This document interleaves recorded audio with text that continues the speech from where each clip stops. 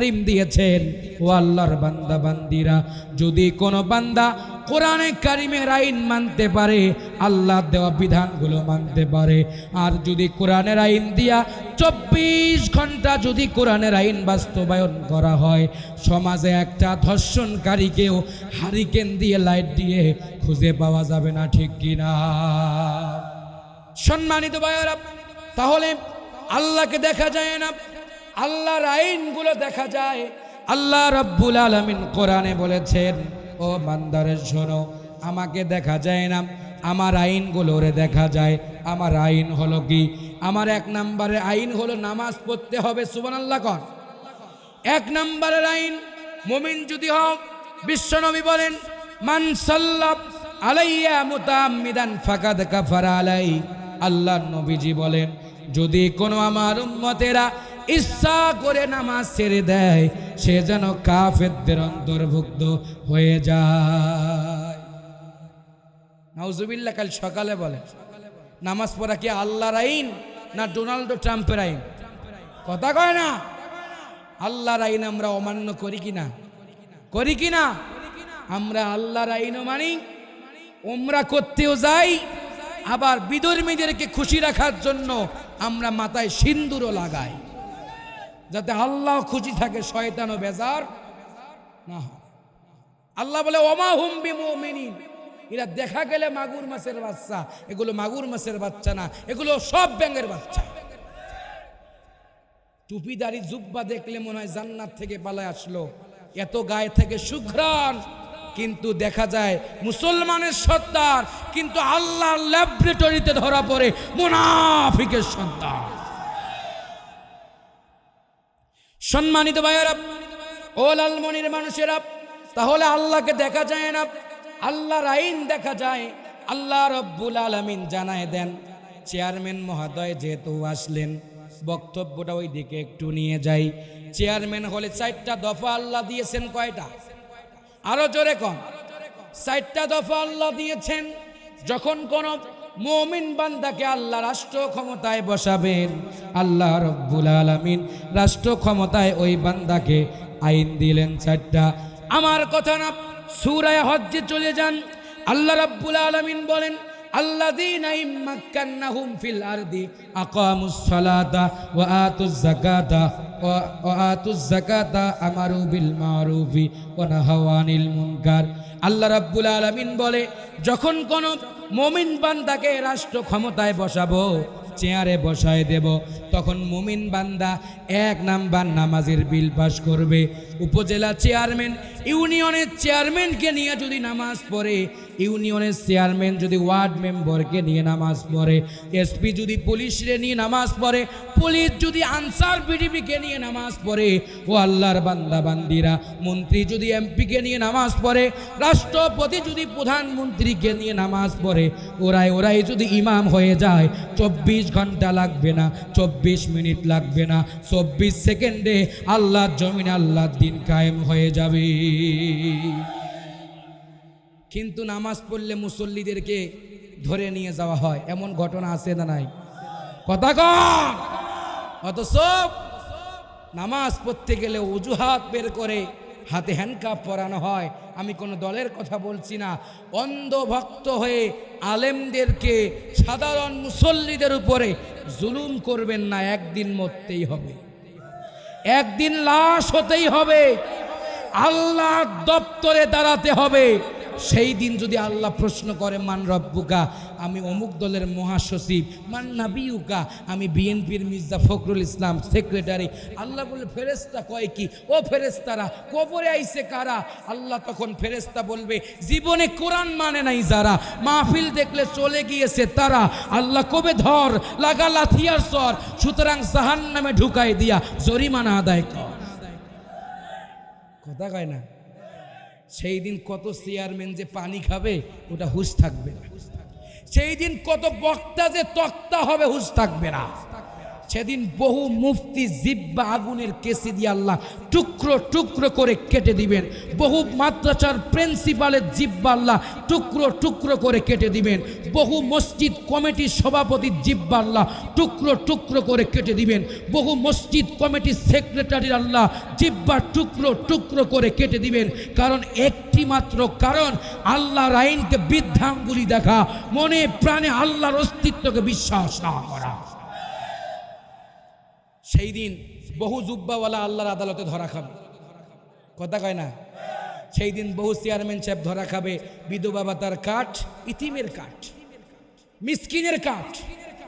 রাস্তা টেন্ডারবাজি করে রডের বদলে বাঁশ আর বাঁশের বদলে রড, কথা কয় না? সেদিন আল্লাহ তাআলা সবগুলো ঘাড়ে তুলে দিবেন, হুজুরদেরও ঘাড়ে তুলে দিবেন। দেওয়ার পরে বলবে যে আস্তে আস্তে করে যাও। হুজুর বলবে আল্লাহ পারি না, সইতে পারি না, এ জ্বালা বহুত বড় জ্বালা। আল্লাহ কবে দুনিয়াতে সময় দিয়েছিলাম, ঘড়ির মতন ঘুরেছো, এ জেলা থেকে ও জেলা, ও জেলা থেকে এ জেলা। আস ইন্না বাদশা রব্বিকা লাশাদীদ, সবাই ধরে বারবার, আমি আল্লাহ ধরি একবার।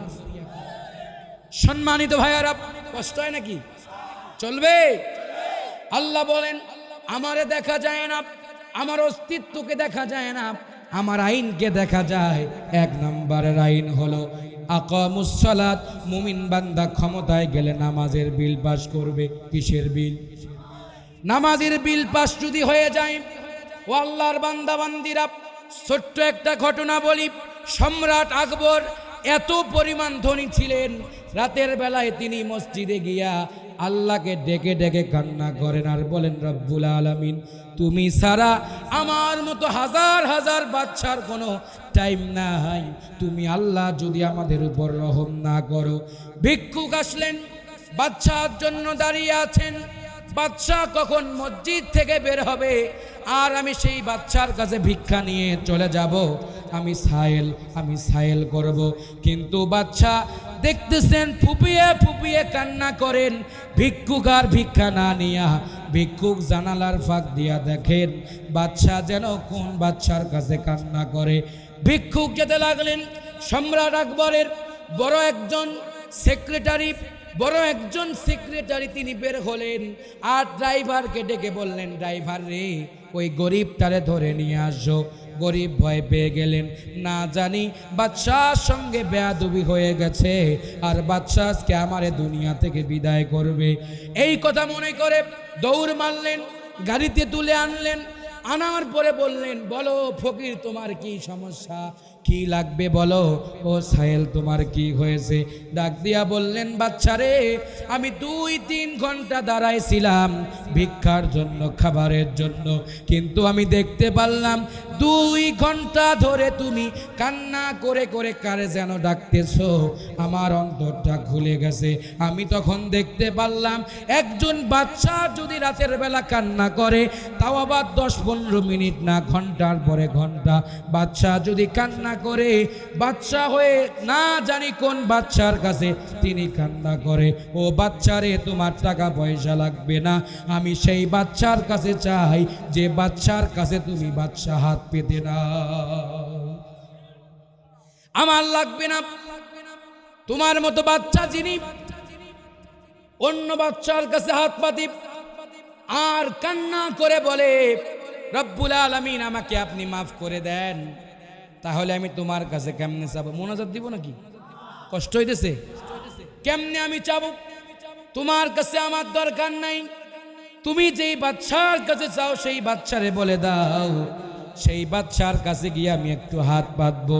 বলে, এই বাচ্চা সাধারণ বাচ্চা না, যেই বাচ্চা একটা তিমি মাছের এক বেলার নাস্তার জন্য 1 টন চিংড়ি মাছ লাগে, সেই বাচ্চা তিনি আসমান, জমিন, নক্ষত্র, সূর্য, তারকা, ব্ল্যাক হোল, গ্যালাক্সি পরিচালনা করেন যিনি, সেই আল্লাহ, তিনি, তার কাছে আমি হাত তুলে প্রার্থনা করি, এই পৃথিবীর সৃষ্টি তোমার নামের উসিলায়,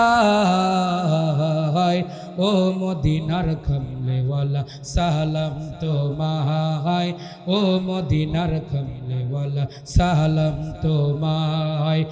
আকাশ জমিন চন্দ্র সূর্য তারা সবই তোমার নূরের ইশারা, তোমার ওসিলায় পড়লে দরুদ হৃদয় যে জুড়ায়, তোমার ওসিলায় পড়লে কোরআন হৃদয় যে জুড়ায়, ও মদিনার কমলেওয়ালা সালাম তোমায়, ও মদিনার কমলেওয়ালা। নবীদের শানে গান গাইতে কষ্ট হয়, কষ্ট হয়, এগুলো তো মুখস্থ করবেন না, মুখস্থ তো এখন ওইটা হয় 12 মাস তোমায় ভালোবাসি, সুযোগ পাইলে তুমি আসিও। নাউজুবিল্লাহ কয় না, 12 মাস ভালোবাসে সুযোগ পাইলে আসিও। তাহলে কত বড় মানের লুচ্চা, সুযোগ পাইলে আসে। এটা তো তোমার বৈধ প্রেম না অবৈধ প্রেম, কথা কন ঠিক কিনা? আবার মাঝে মাঝে গান ধরে, মনে যদি পছন্দ রে গন্ধ কিরে পাওয়া যায়, চোখে তারে যায় না দেখা, মলম দিবি কোন জায়গা? আছে না নাই? ও আল্লাহর বান্দা বান্দিরা, কষ্ট হয় নাকি? লিল্লাহে তাকবীর, নারায়ে তাকবীর। আল কোরআনের আলো ঘরে বাইরে জালো, জালো রে জালো, নারায়ে তাকবীর। নাস্তিকতা নিপাত যাক, দিন ইসলাম জিন্দাবাদ, কোটি প্রাণে রাখি আওয়াজ। হাত তোলেন সবাই, হাত তোলেন। নাস্তিকতা নিপাত যাক, দিন ইসলাম জিন্দাবাদ, কোটি প্রাণে রাখি আওয়াজ। খোদাদ্রোহী ছাড় পাবে না, এই বাংলায় ঠাই হবে না, মুসলমানরা জেগেছে আজ। চলো চলো সামনে চলো, জোর কদমে আওয়াজ তুলো, সবাই মিলে একই তালে দাও না স্লোগান, নারায়ে তাকবীর। এত স্লো আওয়াজ দিয়ে হইতো না। নারায়ে তাকবীর, লিল্লাহে তাকবীর। ইসলামের জন্য দেশের হয়েছে জন্ম, ইসলামের বিরুদ্ধে গেলে দেশ হবে ভিন্ন। ইসলামের বিরুদ্ধে যারা নিয়েছে অবস্থান, এই বাংলায় ঠাই হবে না, যাও হিন্দুস্তান, যাও হিন্দুস্তান। চলো চলো সামনে চলো, জোর কদমে আওয়াজ তুলো, চলো চলো সামনে চলো, জোর কদমে আওয়াজ তুলো, সবাই মিলে একই তালে দাও না স্লোগান, নারায়ে তাকবীর, লিল্লাহে তাকবীর, নারায়ে তাকবীর। সম্মানিত ভাইয়েরা, তাহলে আল্লাহ রাব্বুল আলামিন বললেন, আমারে দেখা যায় না, আমার আইন দেখা যায়। আমার আইনটা হলো 1 নাম্বার নামাজ। 1 নাম্বার কি? নামাজ যখন বান্দা পড়বে, নামাজ যখন প্রতিষ্ঠা হয়ে যাবে, সমাজ থেকে অভাব দূর হয়ে যাবে, দারিদ্রতা দূর হয়ে যাবে। ও আল্লাহর বান্দা বান্দিরা, ও লালমনির মানুষেরা, কান লাগান। আল্লামা ইকবাল বলেন, সাথে যা কা রাহা হ্যায় আদাল সেতা এমরোজ,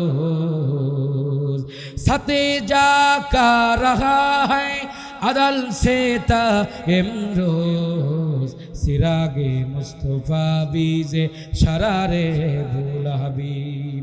আল্লামা ইকবাল বলেছেন, যখন কোন বাতিলেরা ইসলামকে, কোরআনকে, ইসলামের দুশ্মন গুলারে চিরতরে নিভায় দেওয়ার জন্য যখন কোনো আল্লাহর ওলিরা, ইমানদারেরা সংঘবদ্ধ হয়ে আল্লাহর জমিনে আল্লাহর দ্বীন কায়েমের জন্য দাঁড়িয়ে যান, আল্লাহ রব্বুল আলামিন তাদেরকে বিজয় দিয়ে দেন।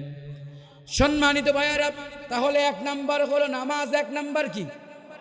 1 নাম্বার হলো নামাজ। নামাজ যখন সমাজে প্রতিষ্ঠা হয়ে যাবে, চুরি বন্ধ হয়ে যাবে, অশ্লীল কাজ বন্ধ হয়ে যাবে।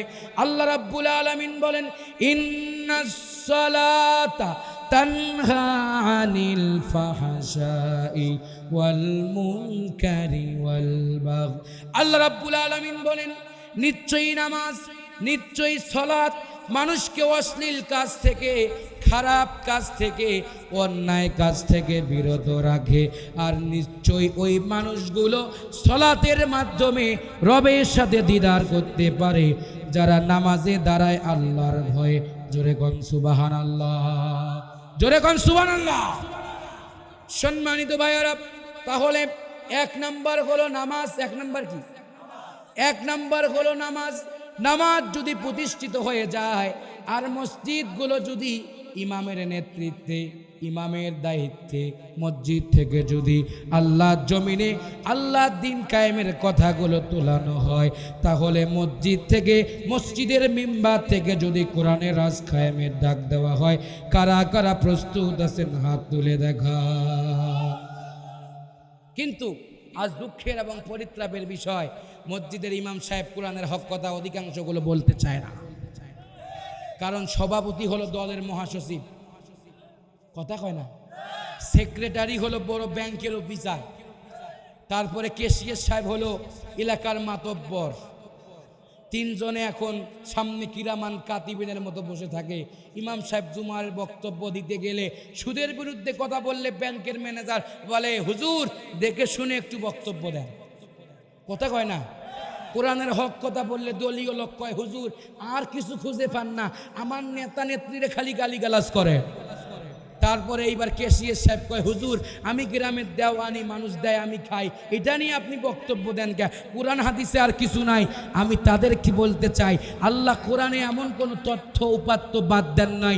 আস-সারিকু ওয়াস-সারিকাতু ফাকতাউ আইদিয়াহুমা জাযাআম বিমা কাসাবা নাকালাম মিনাল্লাহ। যদি কোনো ব্যক্তি রাষ্ট্রের সম্পদ চুরি করে ওর হাত কেটে দাও। আজকে যদি একটা চেয়ারম্যান, এমপি, মন্ত্রী যারা অবৈধভাবে সম্পদের পাহাড় গড়ায়, চাই দলের হোক চাই বিরোধী দলের হোক, একটাকে যদি বাইতুল মুকাররমের সামনে, জাতির সামনে যদি একটার হাত কেটে দেওয়া হতো, 24 ঘন্টায় দেশের পরিবর্তন আসত। কিন্তু আজকে তেল চুরি করে একজন, জেলে যায় আরেকজন, কথা কন না কেন? সৌদি আরব পাইপ ঢুকালে পায় তেল, আর বাংলাদেশের নেতাদের বাড়ির বক্স কাট খুঁড়লে তেলের খনি পাওয়া যায়।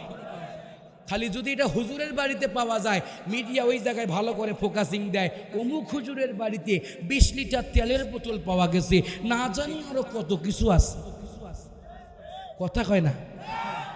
নেতার বেলায় কি? নেতার বেলায় প্রকাশ করে না, কারণ ওখানে সমস্যা করবে। আর হুজুররা নিরীহ নয়, কোরআনের রাজ কায়েম নাই বলে তোমরা আমাদের সঙ্গে পাল্লা দিতে পারো। যদি কোরআনের রাজ কায়েম হতো, কোরআন দিয়ে যদি সমাজ চলতো, 24 ঘন্টায় তোদের মতো চুনাটি নেতাদেরকে আমরা ফাঁসির কাস্টে ঝুলিয়ে মারতাম। আমরা ইসলামিক জুরিসপ্রুডেন্স, আমরা ইসলামের আইন বিশেষজ্ঞ। একটা জজের যে পাওয়ার আছে, ইমামের একটা সেই পাওয়ার আছে। কিন্তু ইমাম সাহেবের এখন পাওয়ার নাই। কি জানেন? ইমাম সাহেব বেশি তেরিবেরি করলে কি করে জানেন? রমজান, তারাবি সব টাকা ঈদের দিন দেয়, যাতে মার্কেট করতে না পারে, কথা কয় না? হ্যাঁ, যাতে ইমাম সাহেব ভালো কিছু কিনতে না পারে। মারতে তো পারবে না, মায়ের দেয় অ্যাঙ্গেলে, মায়ের হয় শব্দ হয় না, কথা কন না কে? ইমাম সাহেবের বেতন আর বোনাস বাড়ার জন্য দফায় দফায় মিটিং করে, কথা কয় না? ইমাম সাহেব, হুজুর আমার তো একটু সমস্যা, 1000 টাকা বাড়া যায় না। ওই ইমাম সাহেব, আপনাদের টাকায় বরকত আছে, চালান না। তোমার 2 কোটি টাকা দিয়ে মাসের বাজার হয় না, আর ইমাম সাহেবের 3000 টাকা দিয়ে কেমনে চলে? রব্বানা আতিনা কম মসজিদে যদি কোরআনের রাজ কায়েম থাকতো, ফেরেশতা তোরে বাইরে মসজিদ থেকে বের করে। তোমার 2 কোটিতে হয় না, আর ইমামের 30,000 টাকায় কেমনে হয়? আর চাইলে কয় ইমাম সাহেব আপনার টাকায় বরকত আছে, দফায় দফায় মিটিং করে। তারপরে জুমার দিন যায়, জীবনে মসজিদে যায় না, যাওয়ার পরে দাড়িগুলো এরকম করে কয়, ইমাম সাহেব টাকা হালাল করে খান। শুনলাম 3 দিন থেকে মসজিদে আসেন না, কথা কয় না? খাদেম সাহেব মসজিদের বারান্দায় টিস্যু কেন? তুমি কোন নবাবজোদা নসরুল্লাহ আইছো? পরিবেশ খারাপ জন্য এই কথা বলতে পারো, কথা কয় না? পরিবেশ তোমার চাইতে ইমামের যোগ্যতা বহু গুণে বেশি। তুমি মিয়া কি পড়েছো? তোমার কয়টা ডিগ্রি আছে? বাংলাদেশের ইমামদেরকে খুঁজে দেখো, 3 বার কামিল করেছে। কয়বার? 3 বার। অনার্স মাস্টার্স করেছে বিশ্ববিদ্যালয় থেকে, চাকরি হয়নি তো কি হয়েছে? কিন্তু তোমার তো মিয়া ল ব কলম যোগ্যতা নাই। তুমি ক্ষমতার গরমে ইমামের উপর প্রয়োগ করো, সময় থাকতে হুঁশিয়ার হয়ে যাও। কষ্ট হলো নাকি? কারো বিরুদ্ধে বললাম? বাস্তব কথা কিনা? সম্মানিত ভাইয়েরা, তাহলে আল্লাহ বললেন ইল্লাল্লাযীনা আমানু, নিশ্চয়ই যারা ঈমান আনে। কি আনে? ঈমান আনে।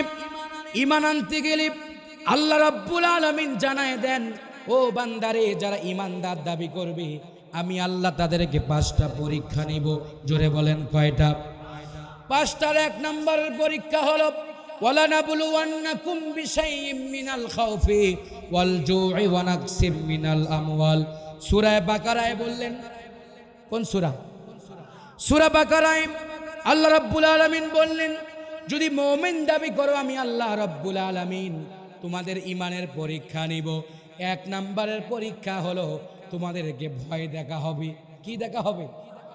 এখনো ভয় দেখা হয় কি হয় না? হুজুর কথাবার্তা একটু ভালো করে কন।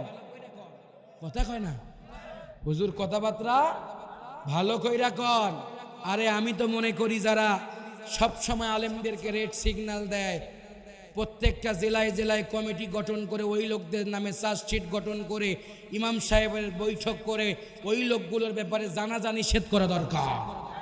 কথা কয় না? যারা আমাদেরকে মারে দুনিয়ার অ্যাঙ্গেলে, প্রত্যেকটা ইমাম মারবে তাদেরকে জানাজার প্যান্ডেলে, আল্লাহু আকবার বলে দাঁড়াবে, কোনো দোয়া চলবে না। কথা কয় না? একটারে যদি করা হয় সবগুলো ঠিক হয়ে যাবে। জন্মের পরে কানে আজান কি দেয়নি, তুমি হুজুর সারা কিন্তু হওনি। মরণের পরে জানাজা পড়াবে, তখন কোথায় পালিয়ে যাবি? আমি বিদ্রোহী, বিদ্রোহী বিপ্লবী মৌলবাদী, কেন জঙ্গিবাদী? কি মনে করে ওই হনুমান, টুপিদারি দেখলেই তালেবান?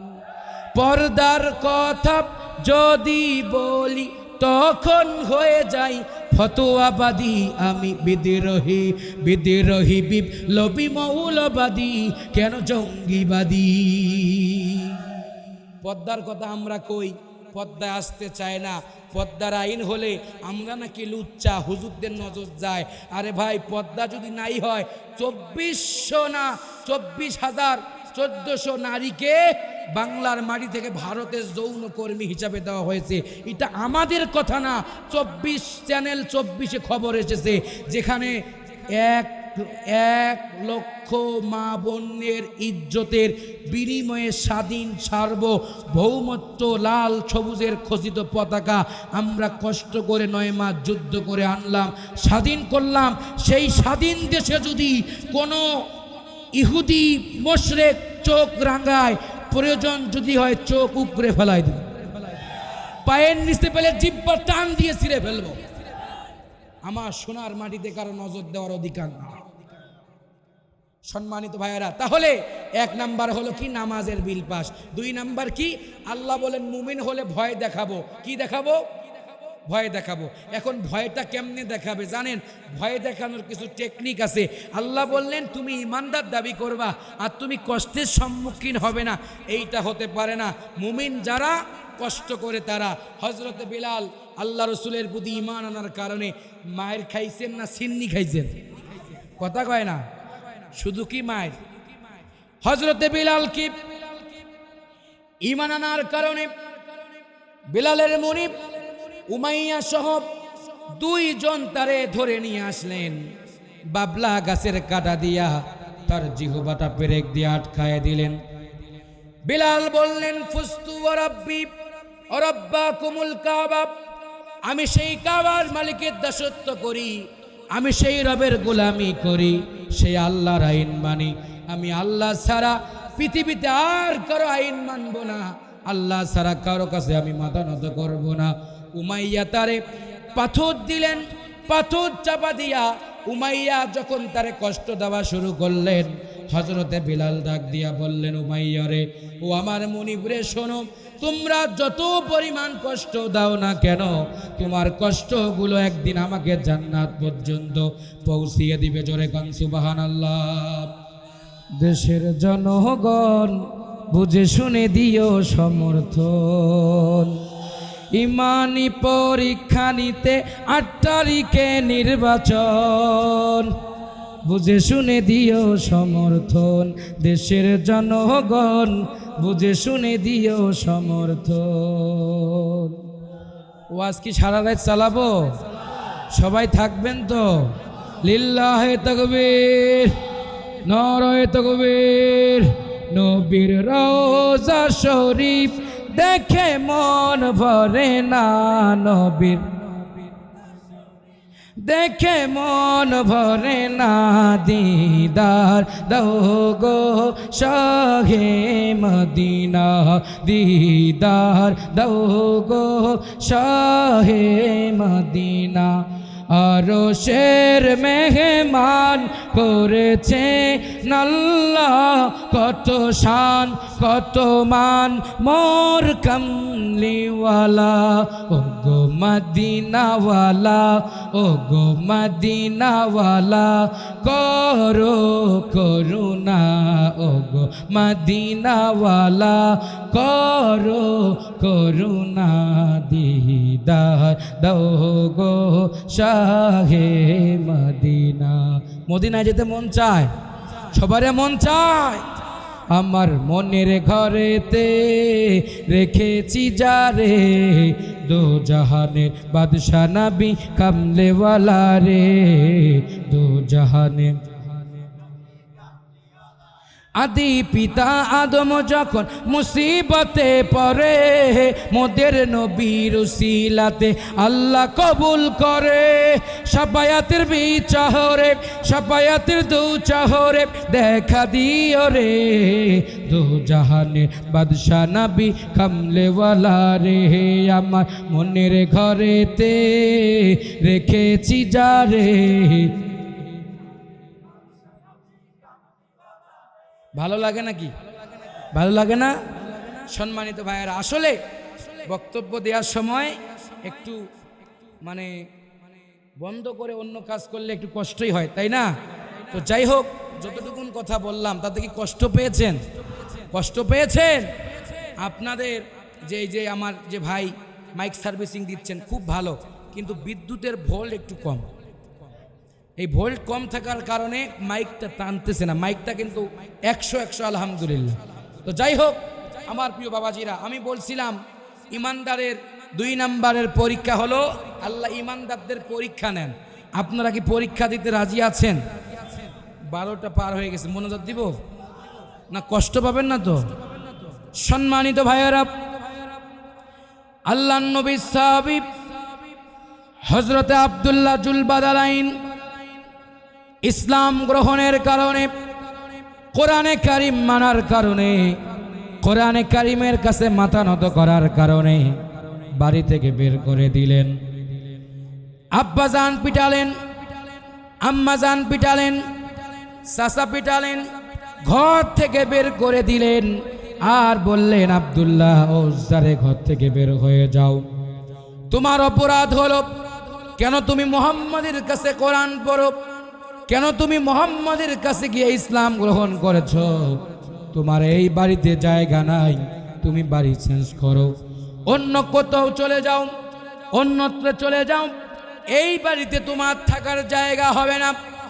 আব্দুল্লাহ জুলবাদালাইন কান্না করতে করতে ঘর থেকে বের হলেন, আর বিশ্বনবীর বাড়িতে এসে রওনা করলেন। ডাক দিয়া বললেন, ইয়া রাসূলুল্লাহ, ওগো নবীজি, ইসলাম গ্রহণের কারণে, কোরআনে কারিম মানার কারণে, আল্লাহর জমিনে আল্লাহর দিন কায়েমের আন্দোলন করবার কারণে আমার আপন মা, আপন চাচা আমারে পিটায়া রক্তাক্ত করে দিয়েছে। ইয়া রাসূলুল্লাহ, ওগো নবীজি, আপনি একটা বার তাকায়া দেখেন আমার পিঠের অবস্থাটা কি হয়ে গেছে। আল্লাহর নবীজি বললেন, ও আব্দুল উজ্জারে, শোনো, তোমাকে আর কষ্ট করতে হবে না। তোমার পরনের লুঙ্গিটা পর্যন্ত পরিবারের লোক খুলে নিয়েছে। ও আব্দুল্লাহ আব্দুল উজ্জারে, আজ আমি বলে দিলাম, আমার আলমিরা থেকে দামি একটা কাপড় বের করলাম, আর সেই কাপড় দিয়া আব্দুল্লাহ উজ্জারে, আব্দুল্লাহ বিন উজ্জারে জড়াই নিয়া আব্দুল্লাহ উজ্জারে বললেন, ও আব্দুল্লাহ জুলবাদালাইন রে, আজ থেকে আর কোনো তোমার টেনশন নাই।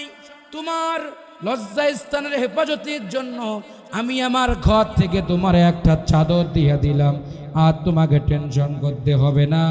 আজ থেকে তোমার জিম্মাদার দুনিয়ার কেউ না, আমি নবী মুহাম্মদ রাসূলুল্লাহ তোমার জিম্মাদার হয়ে গেলাম।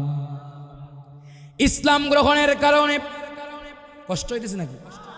ইসলাম গ্রহণের কারণে মা তারে পিটালেন, বাবা তারে পিটালেন, পরিবারের লোক পিটালেন, ভাই পিটালেন, বোন পিটালেন।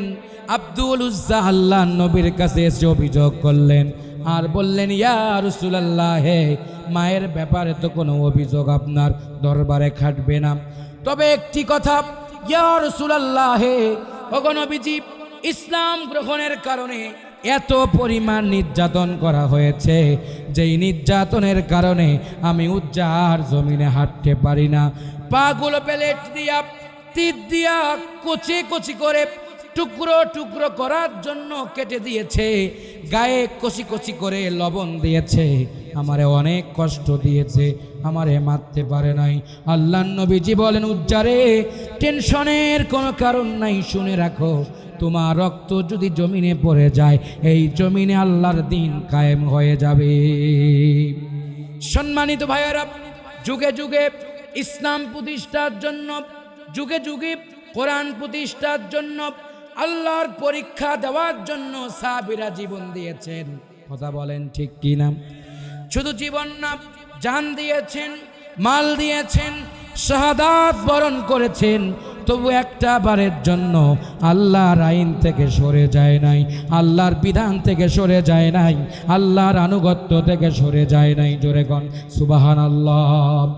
সম্মানিত ভাইয়েরা, সাহাবীরা জীবন দিয়েছেন, বাসুর ঘর ছেড়ে জিহাদের ময়দানে গিয়েছেন, আল্লাহর নবীর একটা কথা অমান্য করেন নাই।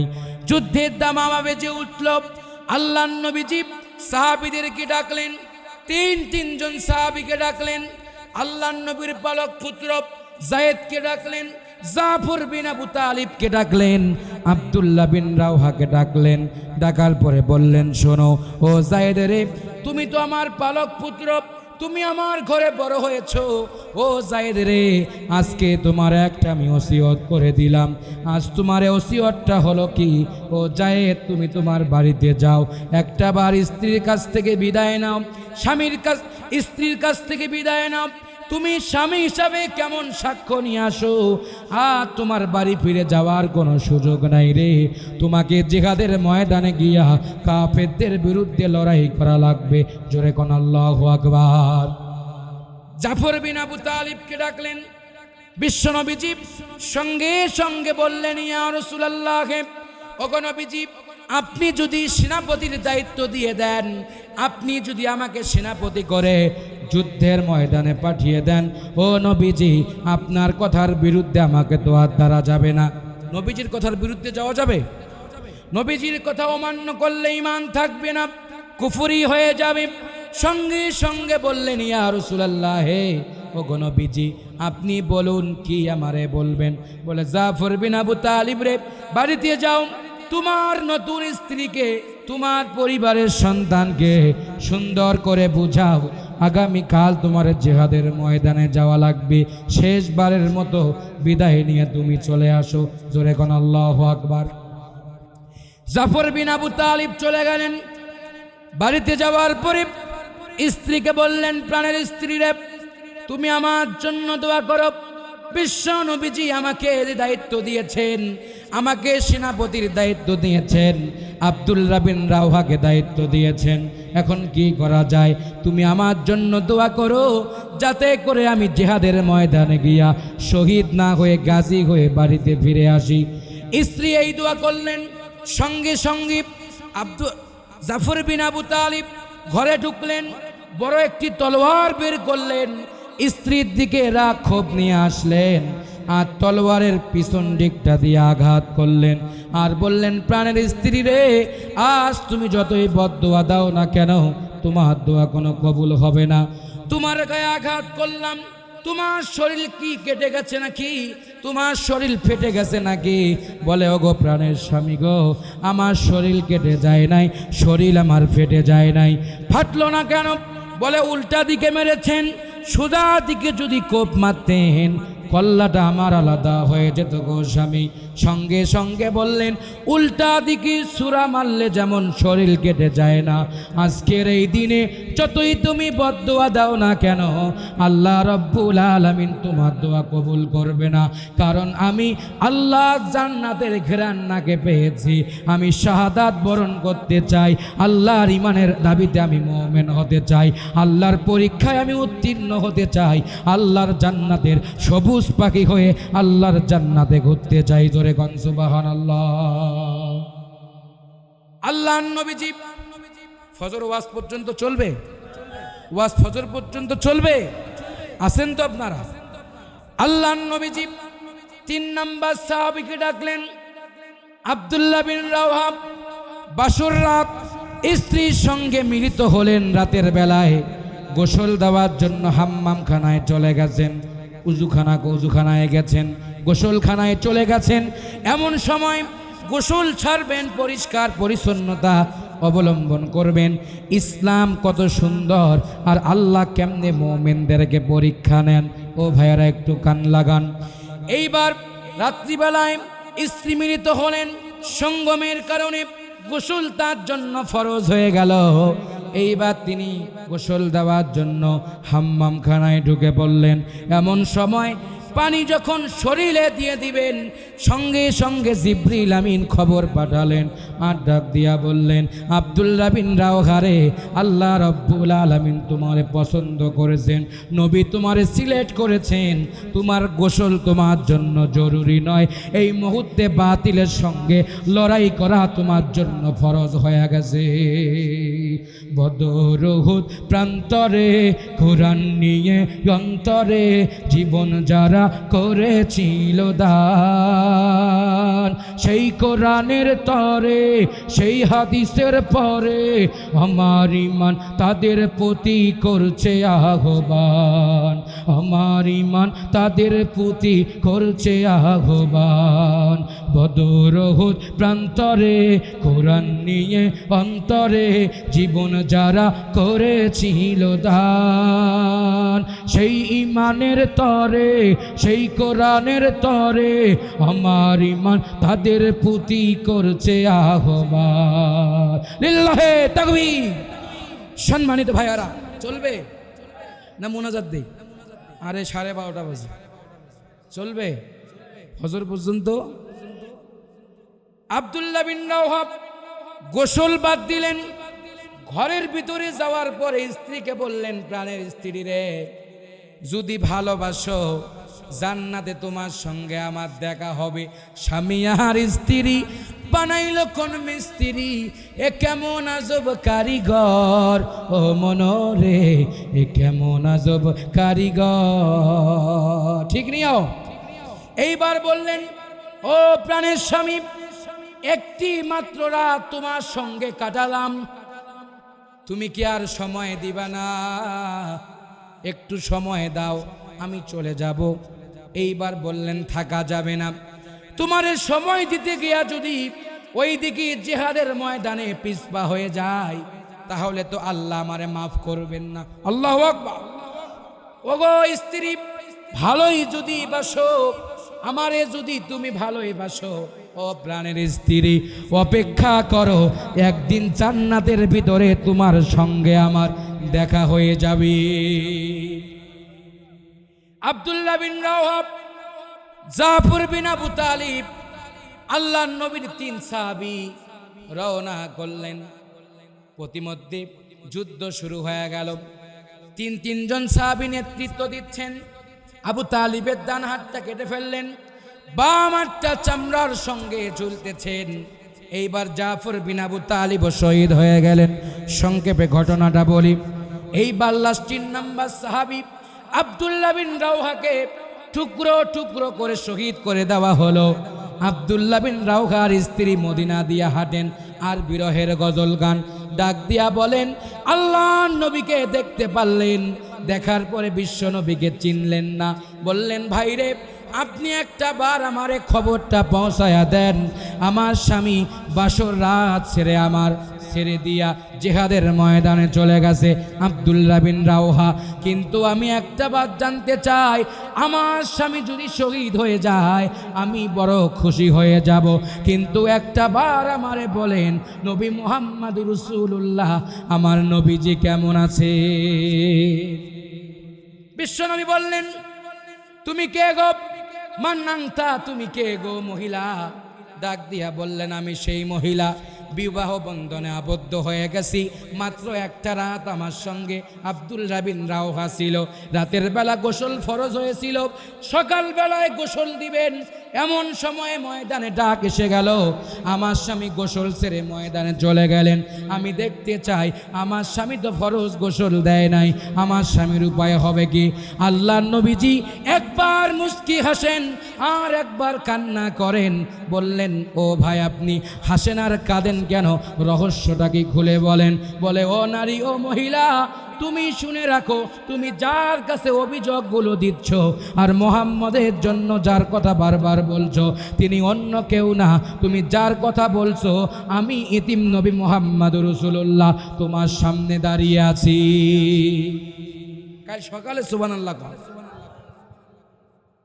অভিযোগ কার কাছে দিবা? তোমার স্বামী গোসল করে নাই, এ টেনশন নারী তোমার না, এ টেনশন দুনিয়ার কারণ না, এ টেনশন হলো আল্লাহর। সুবহানাল্লাহ কর। আল্লাহ রাব্বুল আলামিন জান্নাতের হুদদেরকে ডাকলেন আর হাউজে কাউসারের পানি কয়েকটা ড্রামে ভর্তি করে জান্নাতের হুরেরা আসলেন আর ওই জিহাদের ময়দান থেকে আব্দুল্লাহ বিন রাওহার তাকড়া লাশটা তুলে আনলেন। আনার পরে আব্দুল্লাহ বিন রাওহার লাশটা শোয়ায় দিয়া জান্নাতের হুরেরা হাউজে কাউসারের পানি আর মেডিন জান্নাতের সাবান দিয়া গোসল দিচ্ছেন। জোরে বলা যাবে কি সুবহানাল্লাহ? গোসল শেষ হয়ে গেল, মদিনার সামনে আনা হলো, আল্লাহর নবীর বাড়ির সামনে লাশটা আনা হলো। লাশটা আনার পরে সামনে হাজির করলেন একটা কাঠের বাক্সে। লাশটাকে রাখা হলো, মাথাটা নিচের দিকে রাখা হলো, মাথা থেকে টপ টপ করে পানি পড়তেছেন। সাহাবীরা কান্না করেন আর অভিযোগ করেন, ইয়া রাসূলুল্লাহ, ওগো নবীজি, এই সাহাবীর মাথা থেকে পানি যেন টপ টপ করে পড়ছে। আল্লাহর নবী বলেন, সাহাবীরা রে, এই সাহাবী সাধারণ কোনো সাহাবী না, আমার আল্লাহ রাব্বুল আলামিন যার গোসলের বন্ধ ব্যবস্থা দুনিয়ার কোনো পানি দিয়া করেন নাই, স্বয়ং ফেরেশতা দিয়া আল্লাহ রাব্বুল আলামিন হাউজে কাউসারের পানি দিয়া তার গোসলের ব্যবস্থা করেছে। স্ত্রী হাঁটতে হাঁটলে আসলেন, আল্লাহর নবী দাঁড়িয়ে আছেন। আল্লাহর নবী মুস্কি হাসেন আর কান্না করেন। ও লালমনির বাবাজিরা, কান লাগান, দিলটা নরম করেন, কেমনে ইমানের পরীক্ষা দিতে হয়। ও বাবাজিরা, এইবার তার স্ত্রী সামনে দাঁড়িয়ে গেলেন, আশাদাত আঙ্গুল উঁচু করে বললেন, ও প্রাণের স্বামী গো, তোমার সাথে সময় দিতে পারি নাই, রাত্রিবেলা তোমার সঙ্গে ভালো মন্দ কথা বলতে পারি নাই। ও প্রাণের স্বামী, আজ তোমার মাথা থেকে টপ টপ করে পানি পড়ে। আল্লাহর নবীজি ডাক দিয়া বলেন, রাওহার স্ত্রী রে, ওইটা দুনিয়ার কোনো পানি না, ওইটা আরশে আজিমে আল্লাহ রব্বুল আলামিনের দেওয়া মেশকে আম্বরের পানি টপ টপ করে তার মাথা থেকে পড়তেছে। আমাকে শহীদ করে সেই মিছিলে শামিল করে নিও, যেই মিছিলের নেতা আমির হামজা খুবাইবে খাবাব, আল্লাহর কাছে যারা অতি প্রিয় শামিল করে নিও, আমাকে শহীদ করে সেই মিছিলে শামিল করে নিও। জোরে কোন আমিন, জোরে কোন আমিন। শহীদ তিতুমির হাসান আল বান্না সেই মিছিলে হলো গণ্য, আমাকে শহীদ করে সেই মিছিলে শামিল করে নিও। মাগো তুমি কাঁদছ কেন একলা বাড়িতে, তোমার আমার দেখা হবে জান্নাতের সিঁড়িতে মা, মাগো তুমি কাঁদছো কেন একলা বাড়িতে? তুমি তো মা শিখিয়েছিলে শহীদরা মরে নাম, তাই হয়েছি শহীদ মাগো, অভিমান করো না। জোরে কোন আমিন। মাগো তুমি কাঁদছো কেন একলা বাড়িতে? মা বাড়িতে কাঁদছেন, সন্তান জেহাদের ময়দানে শহীদ হয়ে গেছেন। লাশ দেখার জন্য একটা বড় মা যায়নি, কারণ মা আল্লাহর পায়ে কোরবানি দিয়েছেন। সুবহানাল্লাহ বলে। আল্লাহ রাব্বুল আলামিন বলেন, আমি এভাবেই ইমানের পরীক্ষা নিয়েছি, আমি এভাবেই ইমানের পরীক্ষা নিয়েছি। আপনারা আমার সামনে ইমানের পরীক্ষা দিয়েছেন। আল্লাহর কোরআনের পাখি 50 বছর তাফসীর করে 13টি বছর কারাগারে যিনি মানবতার জীবন যাপন করেন, নাম বলতে বাকি থাকে না, শহীদ আল্লামা দেলোয়ার হোসেন সাঈদী। ভাইরা, তিনি 50 বছর তাফসীর করে জাতির কাছে কোরআনের অমীয় সুধা যখন শুনিয়েছেন, সব দলের লোক ইন্তেকালের পরে তার জানাজারে পঙ্গপালের মতো গিয়েছিল, ঠিক কিনা? কারণ সাঈদী পৃথিবীতে আর জন্ম নিবে না, এই সাঈদী আর পৃথিবীতে জন্ম নিবে না। রানী গোলাপ একটাই হয়, এক সাঈদী জন্ম নিয়েছে, 500 বছরে আর কোন সাঈদী জন্ম নিবে না। কারণ বক্তা বহু দেখেছি, বহু বক্তার ওয়াজ শুনেছি, বহু জায়গায় ওয়াজ করেছি, একটানা 4 মাস আলোচনা করেছি। এই গরমের দিনেও আলোচনা করি। আমার আলোচনা অন্য বক্তার আলোচনায় কেন যেন প্রাণ খুঁজে পাই না। কোরআনের পাখির ওয়াজ দিয়ে যখন ঘুমাই, মনে হয় যে ঘুমের ট্যাবলেট ছাড়াই ঘুম ধরে। কথা কন না কেন? সম্মানিত ভাইয়েরা, তাহলে আল্লাহর জন্য জান মা তোর বাবারে দে বাবা আছে না নাই? আবার মাঝে মাঝে এইরকম করে নিয়া এইরকম করে মতলের গান গায়, ধরো কলকি মারো টান গাঞ্জা বাবা আসে কাহান, ভান্ডারি আমারে পাগল বানাইছে ইল বাবা। কথা কয় আছে না নাই? হ্যাঁ, আবার গান গায় দোতরা সেতারা ডুগি তবলা খঞ্জরি বেঞ্জো নারিঙ্গি সারিঙ্গি electric drum side drum beat ড্রামে গান গায়, বলবো না গো আর কোনদিন ভালোবাসো তুমি মোরে। কথা কয় না? আছে না নাই? এটা মেড ইন জাপান, কোন দিকে নিবেন সব দিকে আছে। ওয়াজ তো এখনো শুরুই করি নাই, চলবে ফজর পর্যন্ত। আছেন? আল্লাহ তাআলা ইমানের পরীক্ষা নিলেন ইব্রাহিমের। কোন নবী? 96 বছর বয়স চলে, তার যৌবন কি আছে? কথা কয় না? হারবাল কোম্পানি 96 বছর বয়সে আল্লাহ সন্তান দেবার পরে আল্লাহ বলেন, ইব্রাহিম তুমি তোমার প্রিয় বৎসটাকে কোরবানি করো। কার জন্য? আর আমরা কোরবানি করি কার জন্য? হ্যাঁ, পীর সাহেবের জন্য। কার জন্য? পীর সাহেব বসে থাকে, খায় আর শরীরটা ভুঁড়িটা বিশ্ব গোডাউনের মতো বসে থাকে। কথা কয় না?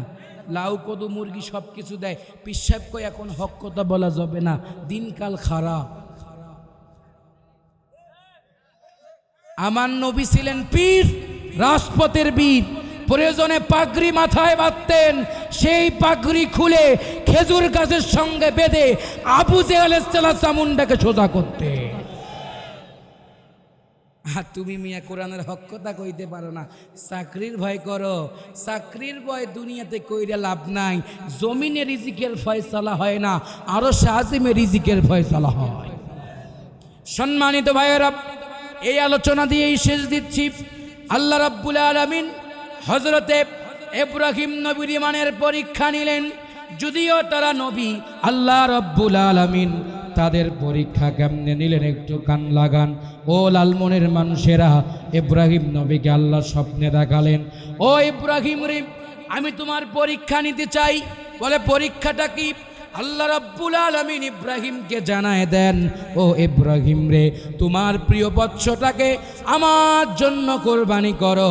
ইব্রাহিম কোরবানি করেন, উট দেন, ডুম্বা দেন, ছাগল দেন, গরু দেন, টাকা পয়সা দান করেন, কাজ হয় না। রাতের বেলা টেনশনে পড়ে গেলেন, আল্লাহ কেন আমার কোরবানি কবুল করে না? কি হয়ে গেল, কি বা হবে?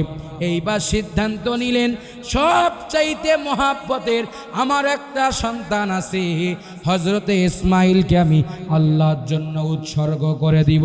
জোরে কোন আল্লাহু আকবার। ইসমাইলকে বললেন, ও সন্তান, ক্বালা ইয়া বুনাইয়া ইন্নী আরা ফিল মানামি আন্নী আযবাহুকা ফানজুর মাযা তারা।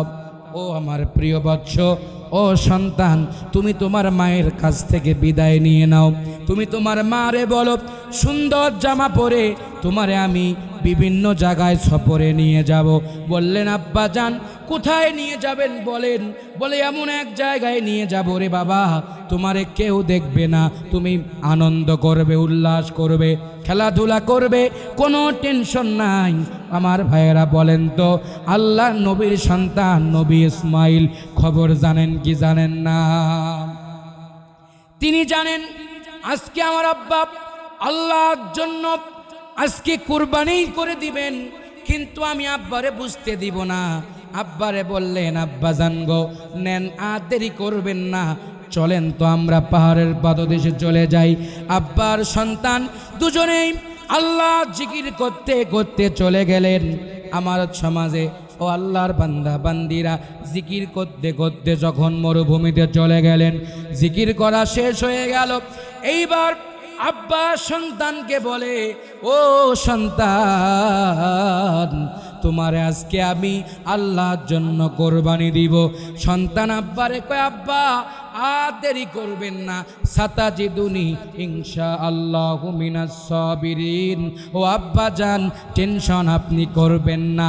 আপনি যে কারণে আমারে সাজুগুজু করে আপনি পাহাড়ের পাদদেশে নিয়ে এসেছেন, ও আব্বা জান, আর দেরি নয়, সূরাটা চালায়া দেন।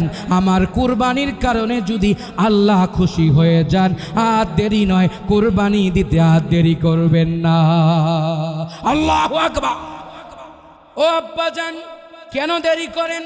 পাগড়ি খোলেন, হাত বাঁধেন, শুধু পা গুলো বাঁধেন, চোখটা বাঁধবেন না আব্বা, আমি যেন চোখ দিয়া আরো সে আজিমের মালিক আমার আল্লাহরে দেখতে পারি।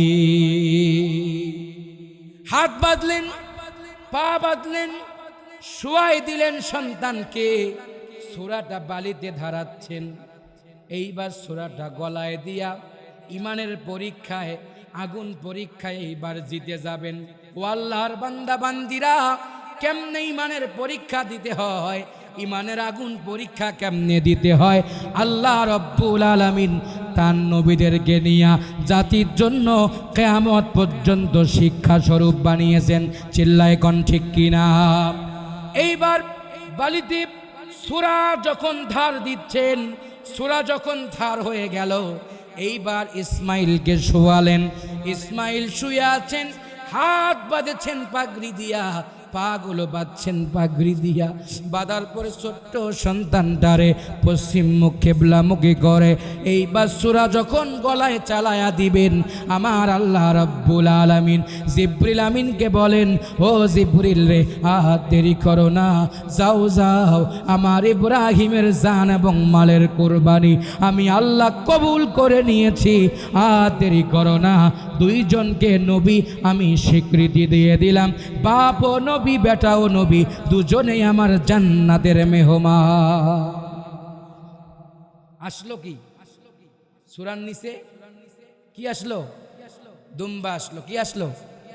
একটা দুম্বার দাম কত? এদিকে নাই কে? এদি নাই, কিন্তু ভেড়া আছে নিও? ভেড়া নাই? আছে। একটা ভেড়ার দাম কত?